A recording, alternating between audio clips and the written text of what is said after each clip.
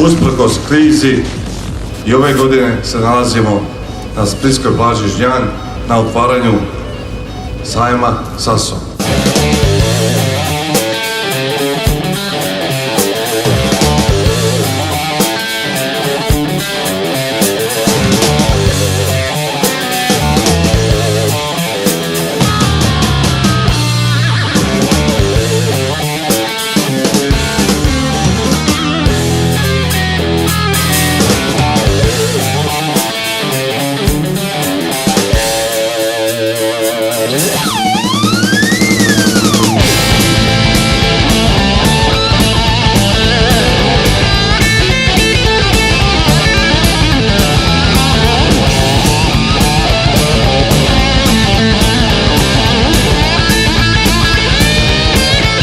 Usprkos krizi sajam Sasso se održava po 14 puta na Žnjanu, znači uspjeli smo, za razliku od mnogih europskih sajmova koji su otkazani, održati sajam Sasso. To je veliki uspjeh i nas i svih ovih brojnih izlagača i gospodarstvenika koji vjeruju da iz krize se može izaći samo radom i zalaganjem.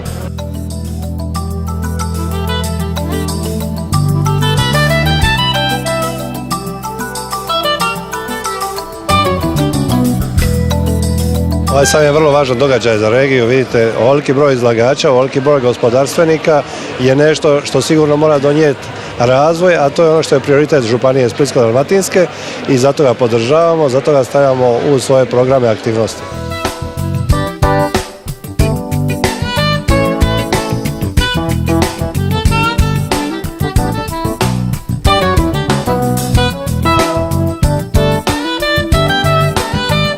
Od onog tranzitnog grada prije 15 godina i same percepcije da smo samo tranzitni grad, a kroz njega prolaze turisti, postao čak i sajamski grad.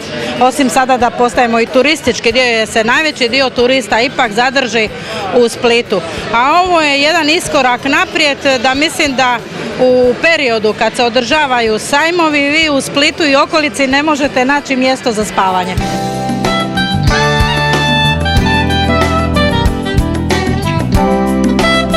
Koji je vaš poslovni interes, bolje rečeno, zašto ste partner sajma Sasso? Mi nismo samo partner sajma Sasso, mi smo partner tvrtke Sajam Split generalno. Mi smo pokrovitelj svih priredbi, odnosno organizacija ovakvih sajmova u režiji firme Sajam Split. Naše poslovno, a i privatno poznanstvo sa gospodinom Bagarićem datira već unazad 10 godina i uvijek smo bili tu nekako u tim krugovima, međutim evo unazad godinu i pol dana smo to konačno konkretizirali i tako smo ponosni sponzori Gasta i Sasa od najvažnijih sajmova, ali i ovih drugih manjih sajmova. Pa ova manifestacija zaista znači puno. U vrijeme ove ekonomske krize manifestacije kao ove itekako potiču naše poduzetništvo da se širi, da surađuju jedni sa drugima, ne samo naše domaće poduzetnike, već i suradnja sa inozemnim partnerima, jer vidimo na ovom sajmu definitivno da je gotovo više inozemnih partnera nego što je to naših domaćih i naravno da to itekako djeluje i na promociju poduzetništva i na promociju novog poslovanja, a i samo na promociju regije i grada Splita.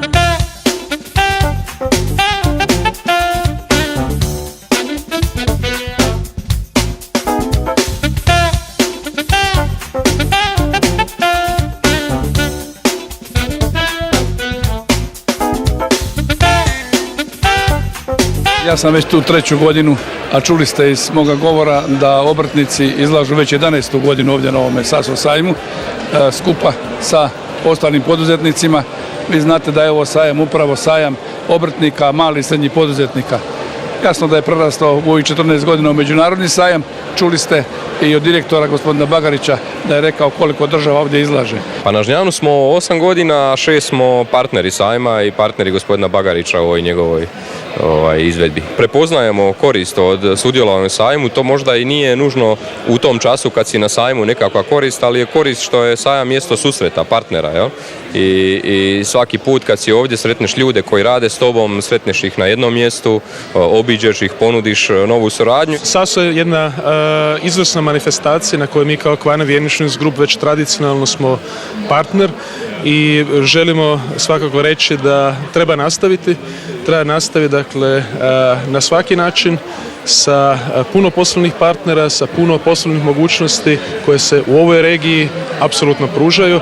Naročito, dakle, Kvarner Insurance Group u ovoj regiji ima jednu od najboljih podružnica, jednu od najboljih ekipa koje djeluju u području osiguranja i sigurno zajedno možemo te manifestacije iskoristiti. U ova krizna vremena kad se održi ovako nešto u Splitu koji je skoro mrtav grad i po proizvodnji ali i po uslugama, onda Igoru Bagariću svakako treba odati maksimalno priznanje, čovjeku koji je uložio sav svoj trud, rad, znanje, poznanstva i veze da u Split ovo donese. Ja vjerujem da će i grad Split, Županija Splitsko-dalmatinska već uvelike, ali i svi mi koji živimo i radimo u Splitu pomoć u sljedećoj manifestaciji da bude barem malo veća od ove današnje.